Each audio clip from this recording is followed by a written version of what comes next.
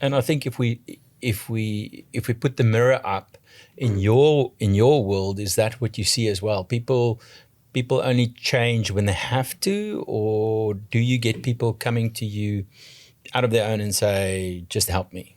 Is that a bit of both? But like you, it's usually a tectonic moment, the promotion or the upheaval in my business or the need for change.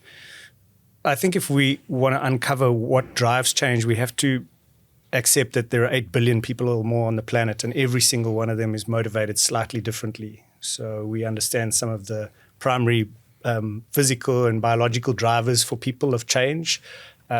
You've talked about it, Rudy, this tectonic shift, fear. But there are many reasons why people don't change, many of them just unconscious patterns, reasons that are hard to uncover and hard to fix. Somebody can obviously see that if they do a little bit of work, it's going to be better for them in the future, but they either blind to it or don't accept it or frankly actively resist. And so I think digging into the root of what motivates people is really helpful if you want to do preventative work. When people arrive in my world and say, I'm taking a new job, I think it would be helpful to have a sounding board.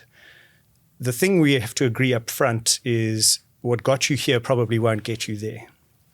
That's true of all behavior because the world is changing around you and your context is changing. The second thing is if you don't know what motivates you and you don't have some clear North Star or something of purpose, Simon Sinek says start with why. When motivation goes missing, and it's a slippery character motivation, it's hard to know why you're doing this or where you're going. So for me, it's always about digging into what is the context for change and then what are the drivers of change or the roots of motivation for you. And we're all motivated differently. Some of us because our parents praised us early on. They clapped when you got an A. Yeah. For some, it's they got to have a great meal or do something meaningful if they succeeded. And those patterns repeat themselves over and over. And if you dig into them, I think you start to give people a chance to actively manage change. But Sean, you're right. Human beings like stasis, and they are unlikely to change. It takes a lot of energy to change.